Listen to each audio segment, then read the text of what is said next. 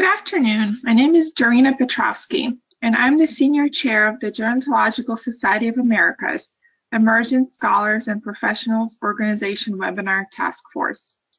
Along with Sierra Somerville, Megan McCutcheon, and representatives from the Public Policy Committee and the Social Research Policy and Practice Section Executive Committee, we would like to welcome you to our 8th installment of the ESPO Professional Development Webinar Series. The title of this webinar is Aligning Your Scientific Inquiry with Public Policy, Recommendations from Experts in Policy and Aging. Our panel of esteemed experts will explore relevant issues related to policy and aging. We will allot around 15 minutes towards the end of the presentation for questions or discussion topics. You can type your questions through the control panel on your screen located under the question box area at any time during the presentation. Our first speaker is Dr. Gretchen Alkema. Dr. Alkema serves as Vice President of Policy and Communications for the SCAN Foundation. Prior to joining the foundation, she was the 2008-2009 John Hines Health and Aging Policy Fellow and an American Political Science Association Congressional Fellow, serving in the office of Senator Blanche Lincoln. Let's welcome Dr. Alkema. Great. Thank you so much, and I'll just confirm that my GSA colleagues can hear me okay. Yes. Okay, wonderful. Thank you so much, and happy Friday to everyone who is here on the webinar. Good morning to my fellow West Coast colleagues, and a good afternoon to the folks on the East Coast, and I hope everyone is enjoying a glorious fall day. It is a really important time, I think, to have this discussion about how to align your important research and analytic work with what is happening out in the policy and political sphere. And sometimes that can feel a bit intimidating for researchers who have spent so much dedicated time really going into the depth of one's work. And this discussion here today, I think, is about talking about how to think about the application of your work in a broader policy and political consciousness, and being able to raise that voice of the great work that you're doing and that you're doing with colleagues in order to help transform systems of care, research directions for state and federal governments going forward, and really to encourage a different level of collegiality of folks across the nation who are working on this with you, so you can demonstrate that applicability to a broader realm than maybe the project specifically that you're working on at home. So what my role is here in this discussion is really to lay out a framework about how to think about what are the dynamics, what's the kind of energetic force that drives Washington. And my interest in doing that is to be able to articulate where is it that the places where you can insert your work in the various processes. And this is a framework that I learned when I was serving as a congressional fellow in Senator Blanche Lincoln's office. We were in one of our early training periods, and a long-standing kind of policy and political thinker in this world, Norm Ornstein, was talking about, where are those touch points of being able to bring visibility to work in the process. And he took a step back and reminded all of us in this group about the 3 Ps. And so I'm going to share with you what I learned from him about the 3 Ps, and then kind of bring that back to how to think about what does that mean for your work. So the 3 Ps, they're laid out on the screen for you here, that they are politics, procedure, and policy. And I'm going to go through defining each one of them, and then being able to kind of link that to what does that mean for you and your work going forward. So the first P is politics. And this in many circles, particularly in research circles, can kind of sound like a dirty word. And it can, we're living in a highly political time. We often are, but this is, I think there's a whole other level of visibility of political energy. And at the base of that, really, politics is about the relationship and engagement between people. This, as much as it doesn't always feel like it, this is the place of people interacting with each other and having relationships. That doesn't necessarily mean good relationships. It's just people in relationship with each other. And how people utilize the relationship energy is vital in thinking about how to get your message heard. And so politics, if you think about any organization, every organization has politics. It has how do people talk and communicate with each other. The second P is procedure, and that's more kind of specifically known as what are the rules of engagement? What are the ways in which people communicate and engage with each other?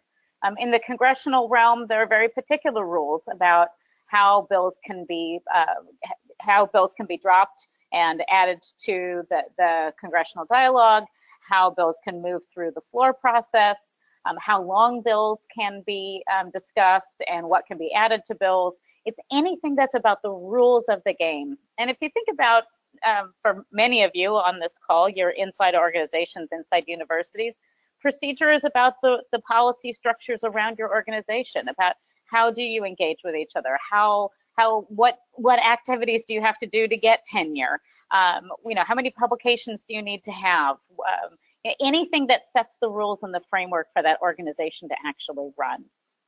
And then the third P is the policy, better known as the content or the what of the matter. This is where this is about what is it that you're actually researching? What is the policy actually being discussed? Are we talking about healthcare coverage for the uninsured? Are we talking about funding for home delivered meals? Are we talking about managed long-term services and supports for people who are in Medicaid? What is the actual content of that dialogue? And oftentimes, your research fits really, really squarely into this policy spot, into the what of the dialogue. And as we've known for anytime we're watching organizations, you have to have an actual what about what people are talking about.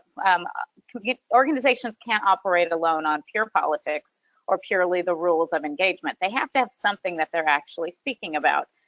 However, I think the most critical feature of what was shared with us during the research fellowship I was on and the policy fellowship was the idea that the order of these P's never changes.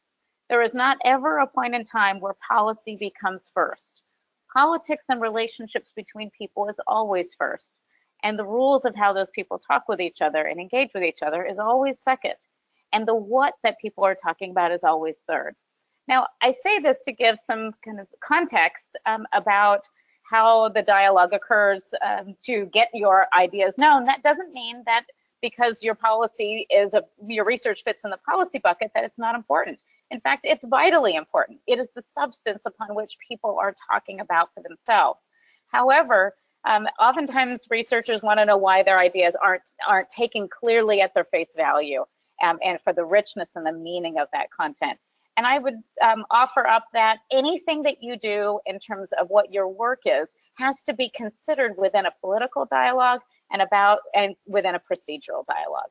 And so that's about how do you take your work and fit it into what's happening about what people are already talking about and how they are talking with each other. So that way your work, that context, that richness of your dialogue of what you are actually working on as a research platform is fit into what people are saying.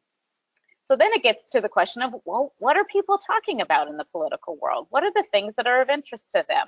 And so if we move to the next slide, I'm going to lay out a couple of ideas about how do you get into a perspective of what is actually happening in the dialogue of the political realm, whether that's at the federal level, whether that's at the state level, whether that's at your local community board of supervisor level. This being aware of what's important to the people who are in that power position, who have been elected leaders, who have been appointed leaders, who are taking charge of moving ideas forward into action. Some of the success in terms of understanding what's important to them is learning about who they are and what matters to these folks, because the political realm is still about you being in relationship or appreciating what is most important to the people in power. So, you know, oftentimes people will kind of immediately look at, well, to hear what the political dialogue is I'll go to CNN. And I would actually offer up that that's probably not the best place. It's certainly not one of my go-to sources in terms of what is the absolute most important thing that is happening in a political dialogue. The broad networks, the broad cable networks, certainly will give a feeler about what is happening in the political dialogue and is it aligning with what your work is. But I would say it's really vital to make sure to expand your media sources so that when you're looking at what politics and political discussion is about, that it is contextualized within what the experts are saying, within what the political moguls are saying, as well as you know, what some of the more nuanced sources are saying. And so when I'm talking about that, I would say in the healthcare world, which is where I live at the SCAN Foundation, we care a lot about how vulnerable older people are able to get care and delivery of services in a way that's meaningful to them, and that low-income folks particularly have access to the kinds of long-term services and supports through federal and state programs that meet their needs. I would say that looking at not only what's happening in the major media matters, so that would be, I would say, things like the Los Angeles Times, the New York Times, the Washington Post, the Wall Street Journal, CNN, MSNBC, you know, kind of looking broadly across those major sources. I would also make sure to look at what's the dialogue inside of Kaiser Health News, what's the dialogue inside of the health section of PBS's The News Hour. I would look at what are the trade associations talking about, and so I would go to McKnight's News. I would go to looking at press releases from the major associations who care about these issues. What is the National Association of Accountable Care Organizations talking about? What is the SNP Alliance talking about? What are other funders talking about? What is Robert Wood Johnson? What is Commonwealth Fund? So really, really expanding what your information set is coming in to hear how people in places of power are talking about these issues. Because then it's about where does your research work link up within those current policy trends and current political trends. And so by casting a wider net and being aware of who's talking about, say, delivery system reform and healthcare will give you a sense of where, if you're doing that kind of research, where to plug in. So then the question comes back to, well, what is my core topic area and who else is talking about it? Not just in the research world, but in the larger association delivery system policy world. And that's where you get to, if you're not already having those linkages, that's a great place to start in terms of expanding your own consciousness in order to tie your work into what is a current dialogue or pulling it as an offshoot of a current dialogue. This is where you start to connect with advocates who are championing your issue area, even if it's right at home in your local community. If you're doing age-friendly communities work, find out who the age-friendly community champions are in your state and in your region, and start talking with them, getting on their listservs, hearing what they're talking about, so you can align your work in that way. If you're doing bench science, it's about learning about what's the political and policy dialogue happening within the NIH or the NIA, being on their listservs and feeds. So it's about really looking to expand your net in terms of the information coming into you and through your work, so that you can start to look for where are those connections where your work can really take a whole other level of visibility. So I realize I've laid out a very vast conceptual sphere for my two colleagues named Brian, who will be able to take this conversation and really drive it down and be applicable. But I think if I could leave you with one macro message, it is don't be afraid about the word politics. It's about the relationships between people, and you get to be part of that relationship dialogue. But it really helps to know who the players are, what's the rules of the game that the people are using to talk with each other, and then what's the core content that they care about that aligns with what you are interested in, what your work is doing. So with that, I'm going to go ahead and hit a pause. I'm going to turn it over back to our moderators at GSA, and I'm happy to take questions at the end of all of our discussion here today. Great. Thank you, Gretchen. Our next presenter is Dr. Brian Caskey. Dr. Caskey has served as a professor of health policy in the Department of Health Management and Policy at the University of Iowa College of Public Health since 2000. He currently is working as an American Political Science Association Congressional Fellow with the U.S. Senate Special Committee on Aging, Senator Susan M. Collins. Dr. Caskey, please take it away. Thank you for having me, and I also hope you can hear me as well. Yes, yes. Go ahead and flip to the next slide. I want to start by just acknowledging my fellowship program. These are tremendous opportunities, and for those of you out there who are considering diving deeper into health policy, associations like the American Political Science Association, like the Robert Wood Johnson Foundation, and like the Health and Aging Policy Fellows programs, they will provide you the financial and administrative support to take time to either locate in Washington, D.C. and work for a policy-making venue, or at your state and local level and work there as well. So as far as pathways go, and as far as being a little bit more grounded and pragmatic, that would be a great place to start.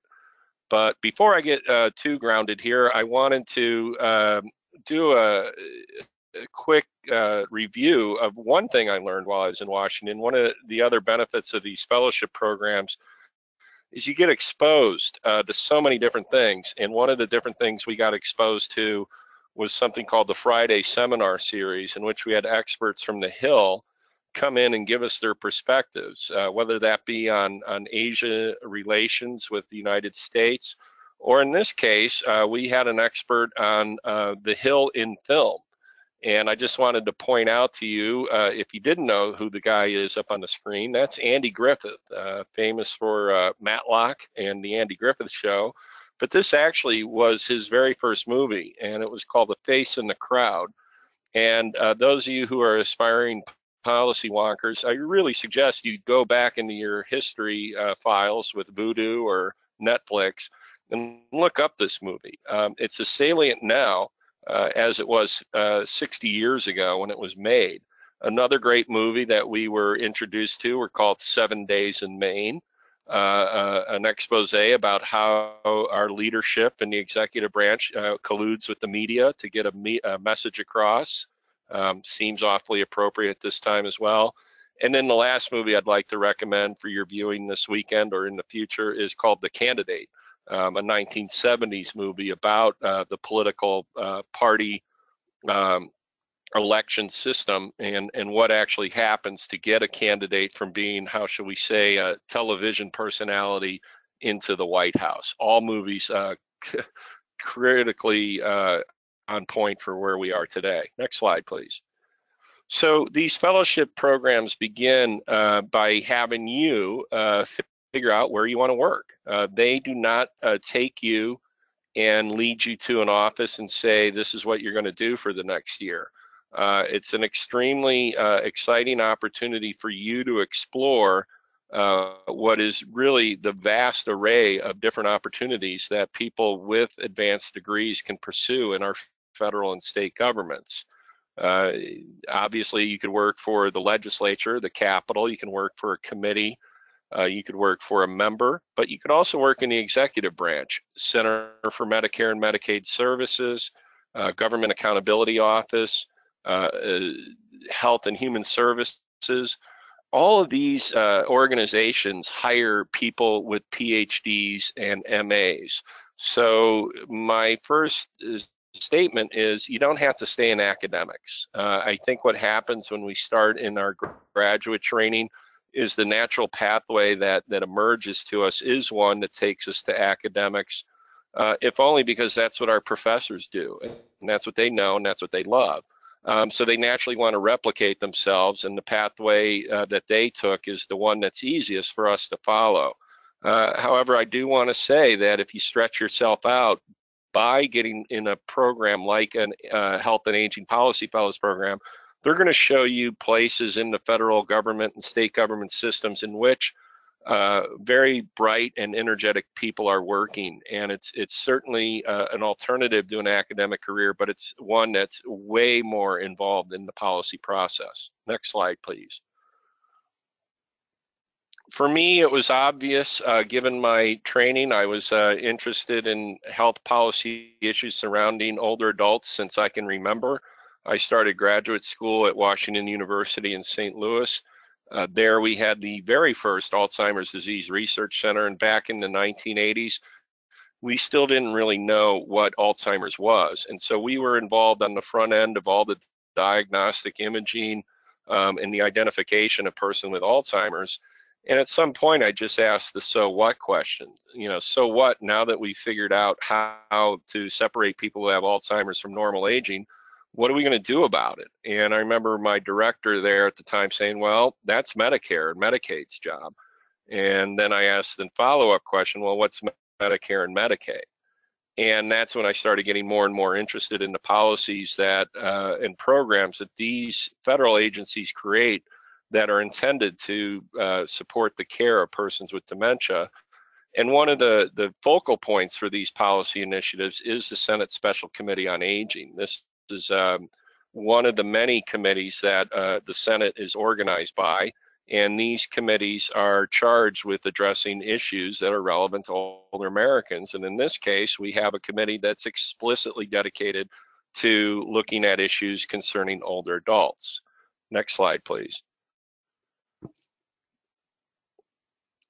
Part of our daily activities, if you do work on the Hill, is convening hearings. This is a slide from our Alzheimer's hearing this past March. I have to say this is quite an exciting opportunity for me, because it was at this meeting back in 1989 that I saw my boss provide testimony. And when he came back, I simply said, what was that you did?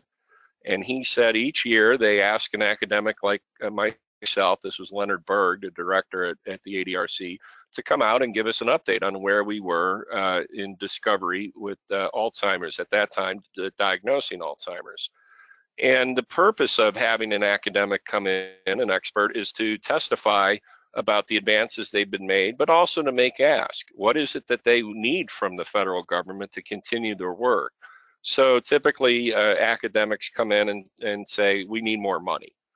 Which is certainly a primary motive, but they also help us stake out other, more nuanced issues. Like in this year's hearing, we tried to move away our focus from Alzheimer's being a biomedically driven issue that only requires a drug in order to cure it, to expanding our conceptualization about what we call social determinants. So this year we brought in testimony about people who talked about nutrition and exercise, cognitive training, and all of these other elements that may contribute to both a positive cognitive health trajectory and those that may lead to dementia. Next slide, please. I just want to also make an acknowledgement to Senator Susan M. Collins. For those of you who are political wonkers, she just announced this morning that she will be staying in the Senate, and we find this to be a very positive declaration. Susan, if you knew, goes back a long way in the Senate. In fact, her lineage is quite impressive. She actually served under the first female to serve in both the Senate and the House. And if you want to look it up, her name's Margaret Chase Smith. And her claim to fame was being able to dampen the fire that essentially was the communist hunt that was going on back then, and senators were outing people, suspecting them of being communist. In fact, that movie, Face in the Crowd, the director of that movie was identified as being a communist agitator, and he was blacklisted in Hollywood. And it was Margaret Chase Smith who stood up in front of the Senate and gave what's called the crisis of conscience speech, and basically said, This McCarthyism needs to stop. It's nonsense. I think that's sort of an ironic position, telling position that she stands in the middle of our Senate floor, basically holding the line well with this sort of faction-driven Congress we have. Next slide, please. So what do you want to do is really the question you have to ask yourself. What is your expected level of engagement? I meet a lot of academics who really look at their contributions to policy as sort of an afterthought. It's something they write at the last paragraph of their journal articles. They speculate how their work might somehow change the policy world. That's a pretty low level of engagement, but it's the level of engagement most of my academic colleagues are at. And it really, to be honest with you, isn't enough to have a big dent. So if you want to be involved with policy, you've got to make more effort to engage. You have to go up to the state capitol. You have to go to the federal capitals. You have to meet with staff. I started actually coming back from a fellowship in my graduate school years, and I was told, just go talk to the people at the Alzheimer's Association. And that's how I started. So I carved out one morning every week of my graduate school time to go serve the Los Angeles chapter of the Alzheimer's Association and develop their public policy committee. You have to push out. Again, not to begrudge my academic colleagues, but this is stuff they just don't do. They would prefer that you stay in the lab, you work on your papers and your grants. There's very little incentive for you to push out beyond that. So this is something you have to reconcile. How much do you actually want to give to policy?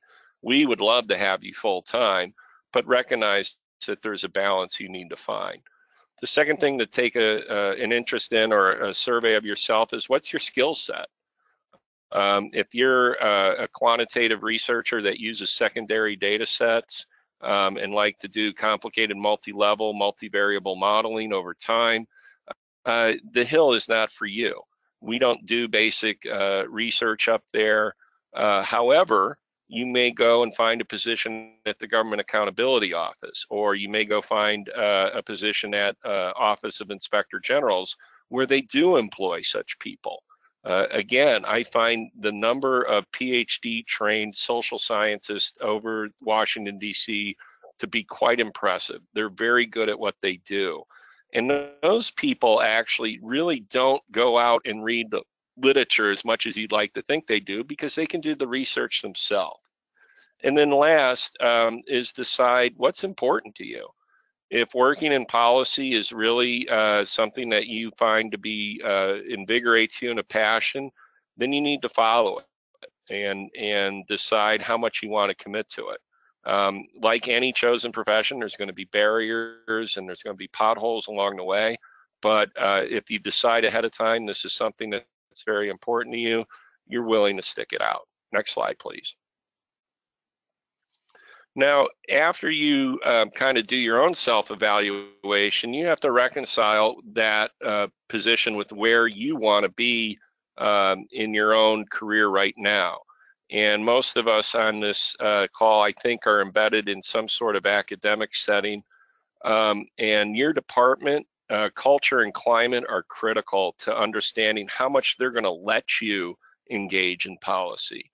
So in the case of some departments, you look at their tenure guidelines, and some of them say, we applaud service. We applaud when you get appointed to a governor's council.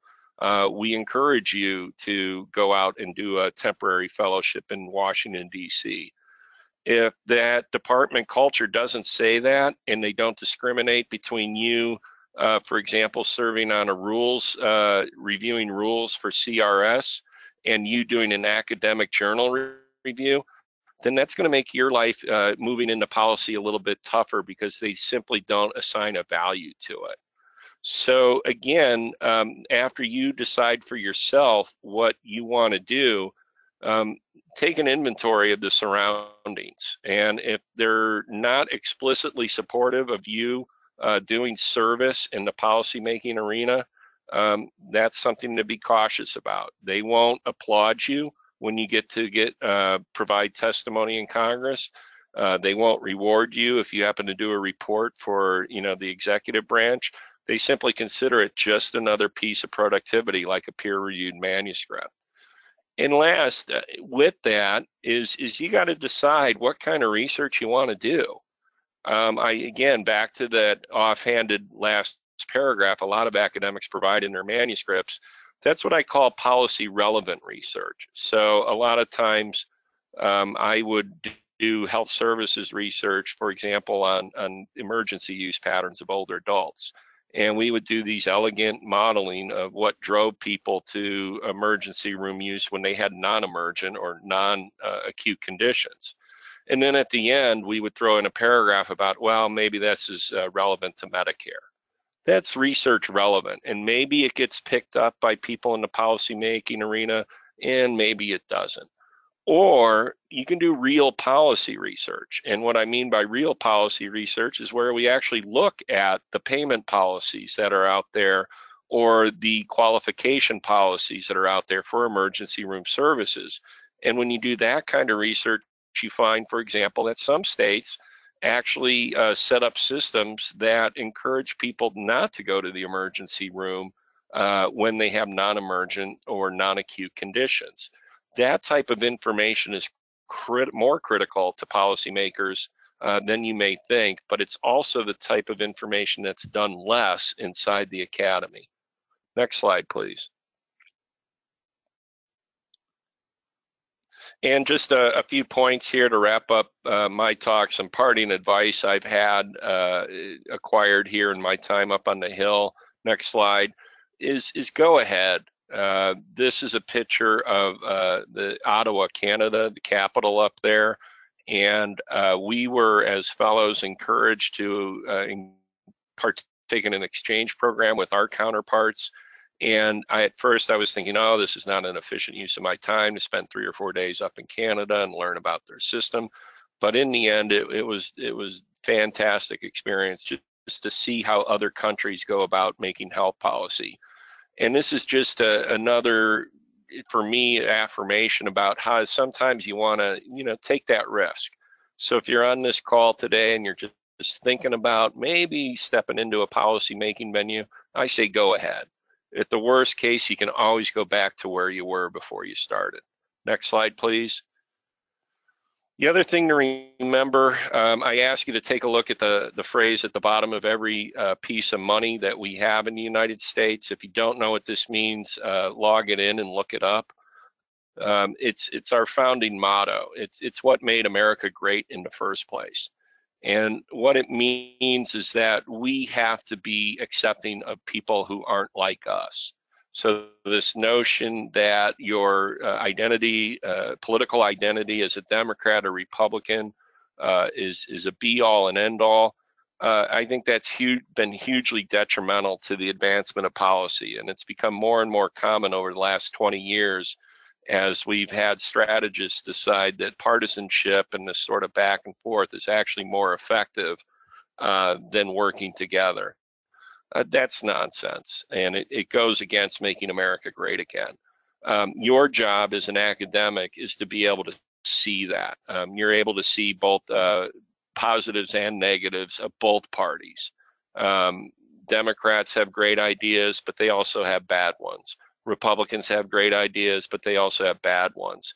If you are locked in rigidly to thinking only Democrats can solve our health care problem or only Republicans can solve it, I'd just say we have enough of those people right now. We don't need any more. We need people who can do thoughtful, analytic work and present an even-handed range of alternatives for policymakers to consider. In my last slide. Last thing about being involved in a policy-making body is hopefully you will acquire just a tremendous amount of respect for those who came before you and those who might come after. And that's another thing about working in policy is that the sort of how shall we say glory that goes along with being a professor, the awards you get from your societies. those are all terrific. But on the Hill, you don't get a pat on the head, or you don't get medals very often, because you realize you're there to serve, and you're there to serve the country, and you're there to do it in a way that really isn't necessarily just for your own gain. And as I walk through the halls of Congress, I come across testimony and meetings from years ago. This is a volume that was printed right up before Medicare was formed, 60 years old. And, all I said to one of my junior colleagues is, if you read this, you'd have a good idea what to do with repeal and reform. But so many people don't. So many people just show up and kind of think that what they have in their head is sufficient, and what they know and what they believe is sufficient. And all I have to say is, those who don't understand their history, or those who don't study their history, are the ones who are bound to screw up our future. So with that, I pass it on to Brian. Thank you, Dr. Caskey. Our next speaker is Brian Lindberg. Brian Lindberg is the Public Policy Advisor for the Gerontological Society of America in Washington, D.C. Brian worked in the Congress for 10 years on the House Select Committee on Aging and the Senate Special Committee on Aging. Welcome, Brian. Thank you. Thank you, Darina and ESPO, for including me in today's webinar. I appreciate it. Please move off of that first slide. Let's see. Well, good afternoon, everybody, and happy Friday the 13th, which is actually 13 is my lucky number, so Friday the 13th is a lucky day, and that's evidenced today by being teamed up with Gretchen and Brian. And I just want to emphasize that their remarks are really important and sound advice. They know all of this firsthand from taking the opportunity and really the risk to come out to DC and work here and immerse themselves in what outsiders think is a very complicated process, but it really isn't if you study it and immerse yourself.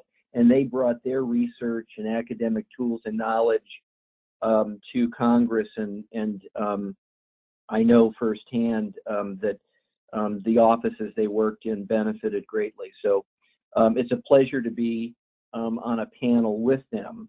I'm going to do a couple things today. Two things I'm going to cover: administrative advocacy and a list of 10 lessons that I have taken away from my advocacy in the aging and healthcare area over the years.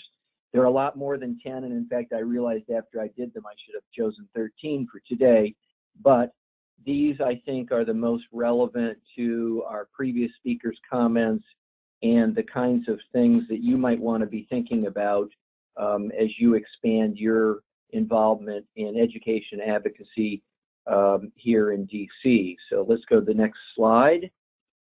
I'm going to talk a little about administrative advocacy, which I consider to be extremely important. Administrative agencies need to hear from consumers and their representative and experts in the field. You can help be the eyes and ears for an agency in the field where programs out there are not in compliance, where rules don't match up with the intent of a statute, where rules don't work very well. And these comments I'll make apply generally to both the state and federal administrative advocacy and education that you can do. This is, I think, a great opportunity for you to help shape policy based on the research you've done or the agencies you're working with and your experiences. And think about the components of policy, right? You've got federal law and state law that happens, and then you've got the administrative interpretations of those laws that end up being implemented. And then you've got potentially the court's interpretation of the law and the implementation. After it's a law, often the real work begins in the administrative process. Next slide, please. So Implementation of the law. We often see that a law passes and then there are regulations developed, and there's a whole process by which the public and experts, and the public includes experts like you, obviously, get to comment. There are also guidance letters and communications that go to federal agencies, out from federal agencies, out from state agencies. For example, a change in Medicaid might mean that the CMS here in Washington would send a letter out to state Medicaid directors on how they should implement a change in the program. So there's a lot of things going on there. As experts and advocates, make sure your interpretation of the law matches the way the agency enacts the law. You can really influence that process. Next slide, please. So what can you do? There's a lot of things you can do, but the first thing is you've got to stay informed. You can do that a lot of ways, connecting with coalitions or other groups that have a similar interest, or maybe even they differ in your viewpoint, but you can monitor what they're doing. If they're allies, you can share intelligence and viewpoints. You can put your comments together to try to have more impact.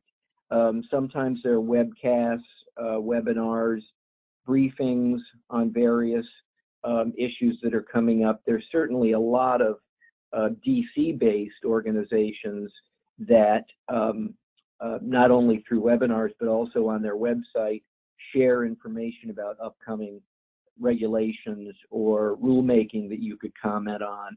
And of course, you need to track proposed rules and regulations in order to be on top of those. There's ways of signing up.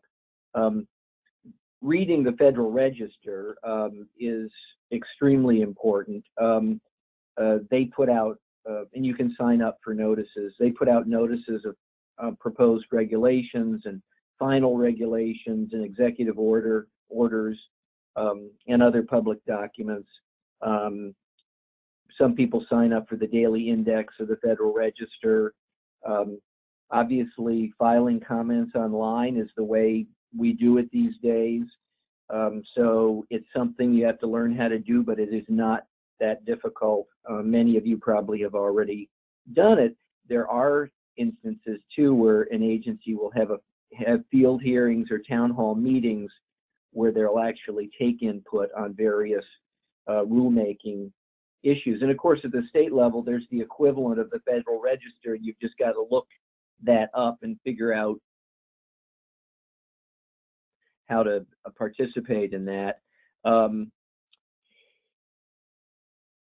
So the other area that you can focus on is there are other websites besides, for example, CMS. You can go to Social Security Administration, the VA, the IRS, the Administration on Aging, Department of Labor.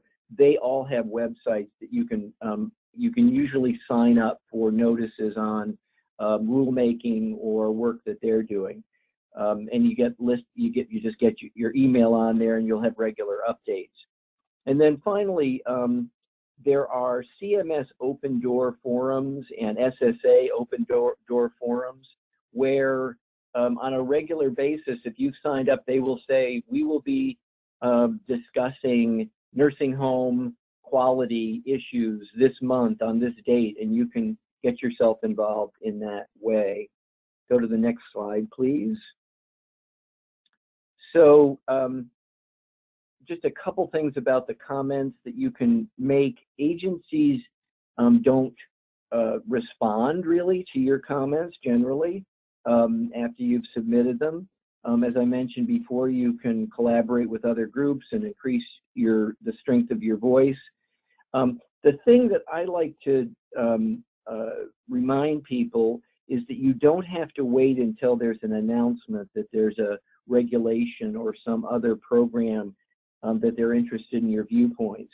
Keep in mind that you can and should share information on issues that you're researching or you really care about, and and you have something to add, you can do that well before the comment period or regulation comes out. So if you've already educated some folks who are involved in that process, say at the state level, on implementing some Medicaid rules, then they may turn to you as a resource, just as both of my colleagues suggested today that you want to become a valuable resource. You could become a valuable resource to the state Medicaid agency. So you've got to figure out who does what in the various state agencies that relate to the issues you really care about, and do some outreach so that you become that valued resource. And then once you have your foot in the door, then as information comes out that you develop, studies that you come across, you can be sharing that on a regular basis in a preemptive way. So make friends. Keep in mind there are regional offices out there that are important in all of this for both the federal and the state level, for them understanding what's really going on out there, and it would be beneficial to work with those folks in those state agencies. So there's a lot of examples of such advocacy, but there have been notice of proposed rulemaking for Medicare Part C and D rules. They take comments on draft chapters of the Medicare manual that goes out every year or so. Ask for meetings, go talk to them about proposed rules, and become involved. Let me look at my time, and let's go to the next slide, please.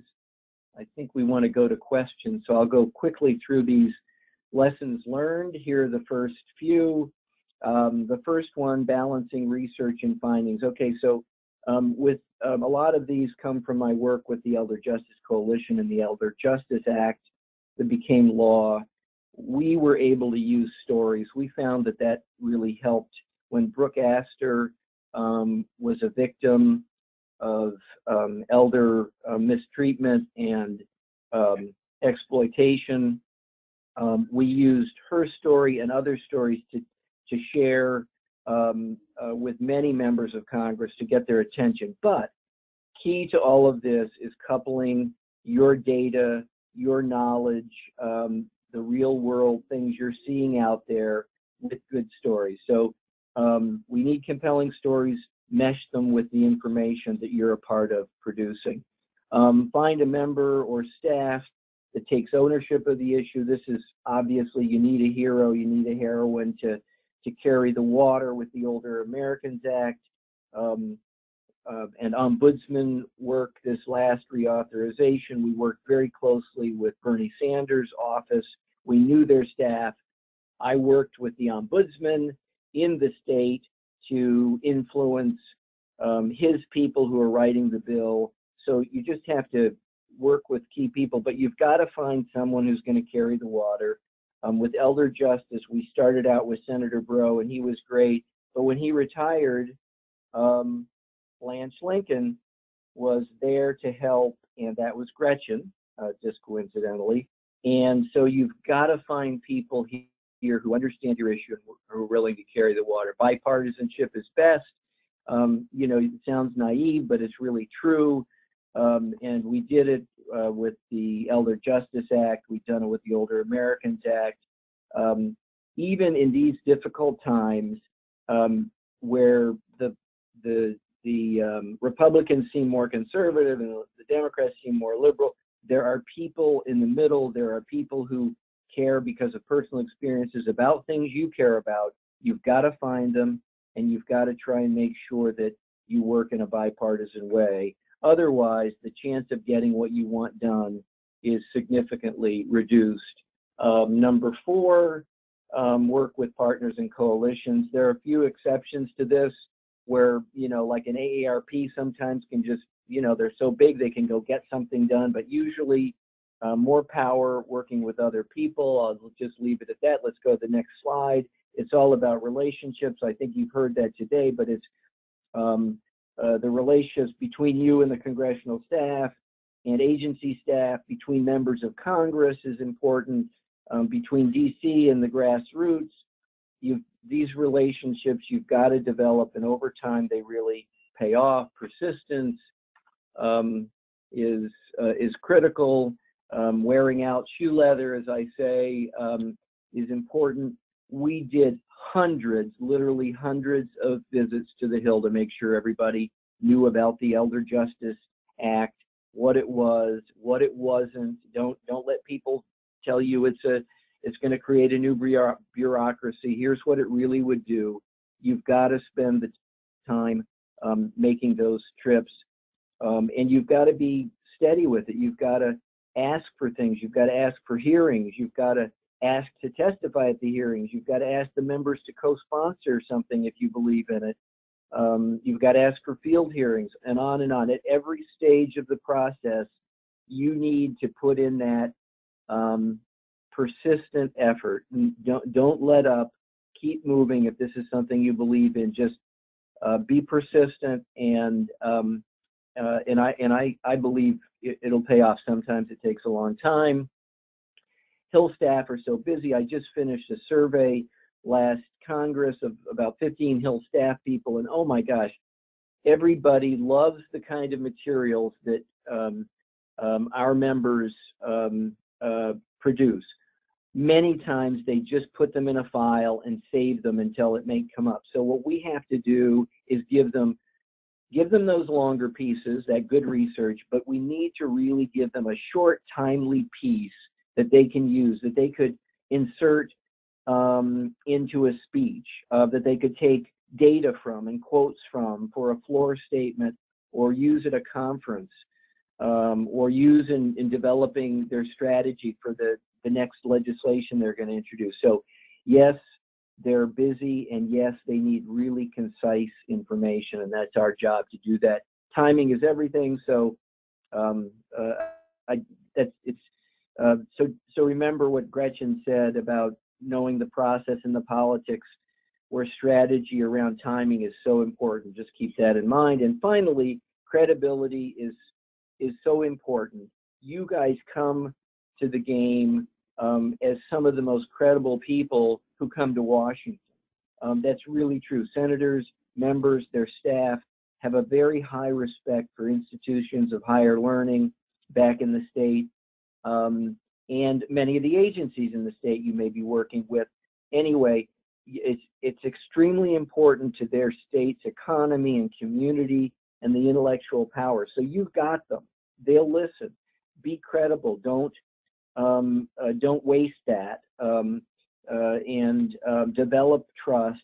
Give them good information. And finally, last point, not to be flip here, but really, if you have solutions, innovations, good ideas, positions that you believe in, try to work them into the education and advocacy you do, or frame your issue in a way that they can run from, even if you're not done with all your research, they can run in a direction. Because yes, members will work for more money for NIH and other research funding for you, but they also want solutions. And if you can give them solutions to the problems they're facing for their constituents, more power to you, and they can actually do something about it. And sorry for being rushed, but thank you, and we all look forward to your questions. Great, thank you, Brian. We have time for a couple of questions. I would encourage you to submit those questions using the questions bar. And then for any of the questions that are deemed to be important, we will pass those questions along to the speakers and be answered offline. First question is how to forge my end-of-life work towards policy development. Well, this is Brian Lindberg. I could take a first shot at that, and I just would say, on these very specific issue areas, it can really be beneficial to look at where the real work is being done here in DC or back in your state. So, for example, the Coalition to Transform Advanced Care, CTAC. If I wanted to figure out how my work around end of life might mesh into what people are doing on the Hill and in administrative in agencies. I would go to the CTAC website, see what they're doing, choose a couple, there's the hospice organizations, et cetera. Choose a couple organizations, look what they're doing, and then call and talk or email their policy advocate, one of their lobbyists or folks up on the who go up on the Hill or who are developing policy papers for them. That's a good start to figure out how you might mesh your work in. Also look at what's going on the Hill in the agencies. The Senate Aging Committee had a hearing on end-of-life issues last Congress, and so that could be a good starting point as well. Great, thank you. Just to add to that, you don't have to make it all public. You can go to health systems and other organizations and find out what they're doing with end of life. It's sort of the intersection between policy and clinical care. Great, thank you, Brian. Next question, what is the best way to generate and disseminate research-informed policy implications? So I'll go ahead and start on this one. I think that the most important thing is to figure out who your audience is in that. Who do you want to disseminate that research to? Do you want to get it in the hands of congressional members, which means going through their staff? Do you want to get it in the hands of advocacy organizations so that they fold it into their message as they're going up and wearing out the bottom of their shoes, as Brian Lindberg suggested? Do you want to get it into health affairs, a policy, a research-savvy policy-related health publication that has blogs, that does peer review research, that has forums? So I think thinking about that, who is going to be the audience and the listener of that gets back to the paradigm. The listener is the politics realm, and the content that you are trying to massage into those digestible bites is your policy realm, and then figuring out what's that pathway to get it there. So those are some thoughts, guys. This is Brian Lindberg. I'll just say that on the notion of, researchers out there trying to figure out what they should be doing in a particular area so it becomes relevant, you finish your research and sorry, we already finished that, policy up on the Hill 2 years ago. I think you've got people like Gretchen, for example, who knows really almost everything, I'm assuming, that's going on in the long-term care area because she's out there funding programs and such. So if you figure out some people like that, someone who's really intimately involved in trying to make research relevant to policy development, and then you can talk to some people like Brian and others on the Hill, you kind of pull that all together, and then you look forward and saying, okay, now what is it that meshes with the things I really care about in this particular area that might be right by the time I would get this research done? So if you care about the Older Americans Act, you should be doing research right now that's going to lead into the reauthorization process that'll begin in the next Congress. And to add to that, another thing that is valuable is establish your expertise in a particular issue. When people on the Hill do need people, we often call on those who've established themselves as one of a dozen experts out there, whether it be in nutrition in elderly or whether it be in end-of-life care. It's really hard to predict what's going to come up on the policy agenda in any given year. But when it does, and you have established your expertise in that area, you're going to be called on for assistance more so than somebody who's only done maybe one study here and one study there. So we do value expertise, that's for sure. Great. If I can just add, we're out of time. Yeah, go ahead. Okay, so my last comment is it was an absolute joy to work in Senator Lincoln's office, and whenever we had a health issue that came up in a policy that came through, Her go-to person was a woman named Claudia Beverly out of the University of Arkansas Medical Sciences. And anytime we brought anything relatively new to her, her first question out of Senator Lincoln's mouth is, well, what does Claudia think about that? And so you can be that person for your member in your home state. Great. So we just have, I know we're a little over time. We just have a little bit of time for one last question. And that is, in addition to a fellowship as an option to get familiarized with policy, did any of you have to take a policy course? Well, I'll start only because I'm a super advocate for education. And hopefully Gretchen can back me up here. We actually both earned our PhD at the University of Southern California's Leonard Davis School of Gerontology when their gerontology PhD program had an explicit focus on policy. So we took classes in, organization of government, federalism. We took classes on how interest groups work. Those are just hugely valuable. So if you're in relative to the people who haven't, the fellows that I served with this past year, it took them longer to navigate and figure it out. So yeah, you should take as much coursework as you can. Yes, yes, yes. Thank God for Phoebe Liebig and John Pinus and Kate Wilbur. I concur.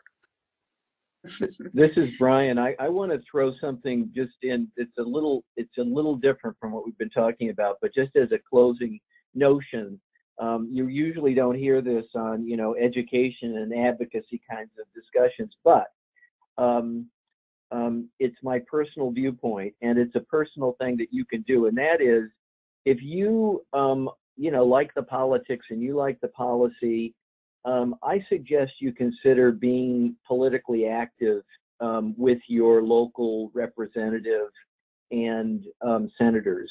Back in the state, you can go to fundraisers for sometimes $25 to $100. You can actually get to meet these folks that represent you and develop a personal relationship. You're not there representing the institution, but consider doing this, because you would be amazed at how many times those personal relationships lead to the member of Congress understanding better what you do and the issue you care about, and eventually doing something about it here in Washington. Great. I think we can go on for another hour or more on this topic, but unfortunately we're going to finish it up. So Sierra, you can take it away. Yeah. So just to add, anybody who wants to just email me, feel free. I may not be able to answer your questions right away or be able to meet with you, but I certainly will try. Sure, we can put that information on the slides that we'll post. Absolutely, Brian. Great. Well, I would just like to take this opportunity to thank our speakers again for their time and effort in preparing for and participating in this webinar. And also thank you to our audience for attending today. We hope you found this an educational, useful, and meaningful experience. This webinar was recorded and will be placed online along with a PDF version of the final slides on the geron.org website. And we look forward to seeing future installments of the Gerontological Society of America's Emerging Scholars and Professional Organization Webinar Task Force. So thank you. Thank you.